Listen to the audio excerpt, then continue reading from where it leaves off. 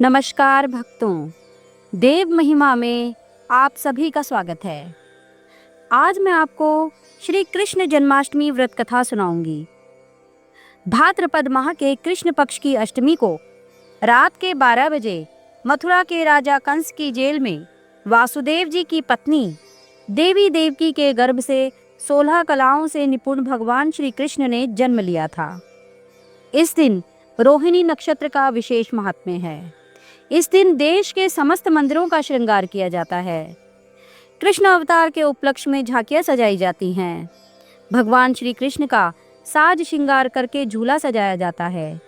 सभी स्त्री पुरुष इस व्रत को करते हैं और रात के 12 बजे शंख तथा घंटों की आवाज से श्री कृष्ण के जन्म की सूचना चारों दिशाओं में गूंजती है। भगवान कृष्ण की आरती उतारी जाती है और इसके बाद प्रसाद बांटा जाता है। इसी प्रसाद को खाकर व्रती अपना व्रत खोलते हैं।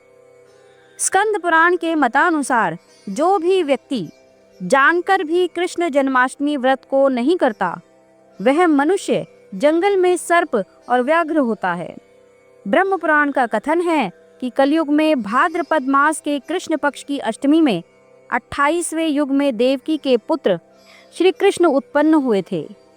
यदि दिन या रात में कालमात्र भी रोहिणी ना हो तो विशेषकर चंद्रमा से मिली हुई रात्रि में इस व्रत को करें। भविष्य पुराण का वचन है, श्रवण मास के शुक्ल पक्ष में कृष्ण जन्माष्टमी व्रत को जो मनुष्य नहीं करता वह क्रूर राक्षस होता है। केवल अष्टमी तिथि में ही उपवास करना कहा गया है। यदि वही तिथि रोहिणी नक्षत्र से युक्त हो तो जयंती नाम से संबोधित होती है। वही पुराण का वचन है कि कृष्ण पक्ष की जन्माष्टमी में यदि एक कला भी रोहिणी नक्षत्र हो तो उसको जयंती नाम से संबोधित किया जाएगा। अतः उसमें प्रयत्न से उपवास करना चाहिए। तो चलिए प्रारंभ करते हैं श्री कृष्ण जन्माष्टमी व्रत कथा। राक्षसों के अत्याचार द्वापर युग में पृथ्वी पर अत्यधिक बढ़ने लगे थे। पृथ्वी गाय का रूप धारण करके अपना दुख सुनाने और अपने उद्धार के लिए ब्रह्मा जी के पास गई।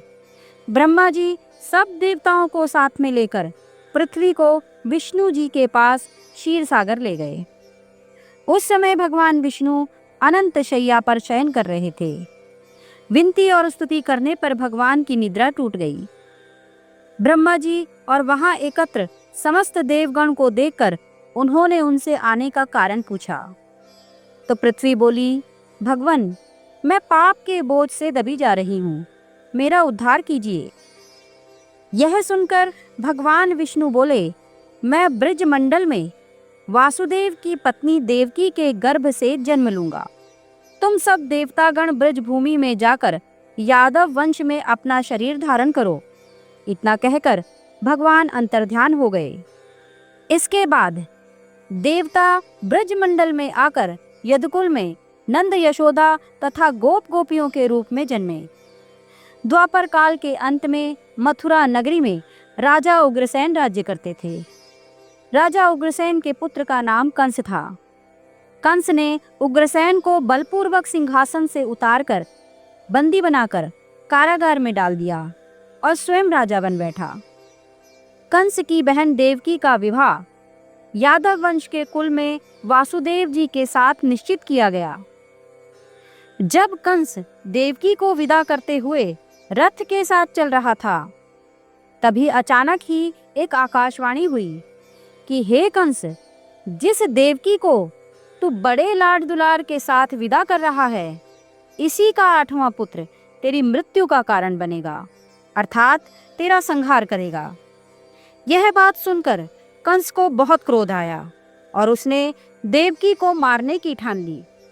उसने सोचा कि जब देवकी ही नहीं रहेगी तो उसका पुत्र कहाँ से होगा।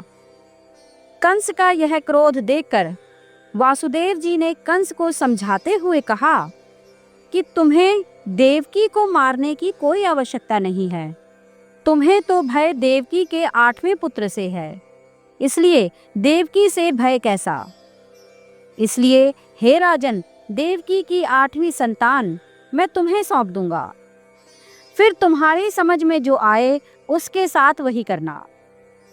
कंस ने वासुदेव जी की बात स्वीकार कर ली। इसके बाद कंस ने वासुदेव और देवकी को कारागार में बंद कर दिया। तत्काल नारद जी वहां आ गए और कंस से बोले कि यह कैसे पता चलेगा कि 8वां गर्भ कौन सा होगा। गिनती प्रथम से या अंतिम गर्भ से होनी चाहिए। कंस ने नारद जी की सलाह को माना और देवकी के गर्भ से जो भी संतान उत्पन्न हुई उन सभी को मौत के घाट उतारने का निश्चय कर लिया। इस प्रकार कंस ने एक एक करके देवकी के 6 पुत्रों को निर्दयता पूर्वक मार डाला। भाद्रपद मास के कृष्ण पक्ष की अष्टमी को रोहिणी नक्षत्र में श्री कृष्ण का जन्म हुआ। उनके जन्म लेते ही जेल की कोठरी प्रकाशमय हो गई। वासुदेव और देवकी के सामने शंख, चक्र, गदा एवं पद्मधारी चतुर्भुज भगवान ने अपना रूप प्रकट करते हुए कहा, अब मैं बालक का रूप धारण करता हूँ। तुम मुझे तुरंत ही गोकुल में नंद के यहाँ पहुँचा दो और उनके यहाँ कन्या जन्मी है, उस कन्या को लाकर आप कंस को सौंप दो। तुरंत ही वासुदेव जी की हथकड़ियां भी खुल गई। दरवाजे अपने आप खुल गए। पहरेदार सो गए। वासुदेव कृष्ण को टोकरी में रखकर गोकुल को चल पड़े। रास्ते में यमुना नदी श्री कृष्ण के चरण स्पर्श करने के लिए बढ़ने लगी तो भगवान ने अपने पैर लटका दिए। चरण छू लेने के बाद यमुना जी घट गई और वासुदेव जी को रास्ता दिया। वासुदेव जी यमुना पार कर गोकुल में नंद के यहाँ गए। बालक कृष्ण को यशोदा जी की बगल में सुलाकर कन्या को लेकर वापस कंस के कारागार में आ गए। कारागार के दरवाजे अपने आप बंद हो गए। वासुदेव जी के हाथों में हथकड़ियां पड़ गई। सभी पहरेदार जाग गए। कन्या के रोने की आवाज कंस के कानों तक पहुंची। कंस ने कारागार में आकर कन्या को लेकर पत्थर पर पटक पटक कर मारना चाहा। वह कंस के हाथ से छूटकर आकाश में उड़ गई और देवी का रूप धारण करके बोली, हे कंस, मुझे मारकर तुझे क्या लाभ मिलेगा?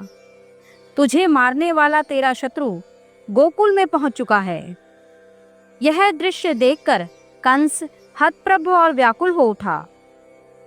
कंस ने श्री कृष्ण को मारने के लिए अनेक दैत्य भेजे, अनेक षड्यंत्र रचे। श्री कृष्ण ने अपनी अलौकिक माया से सारे दैत्यों को मार दिया। बड़े होने पर श्री कृष्ण ने कंस को मारकर उग्रसेन को राजगद्दी सौंपी। श्री कृष्ण की पुण्य जन्म तिथि को तभी से सारे देश में बड़े हर्षोल्लास से मनाया जाता है। जो व्यक्ति जन्माष्टमी के व्रत को करता है वह ऐश्वर्य और मुक्ति को प्राप्त करता है।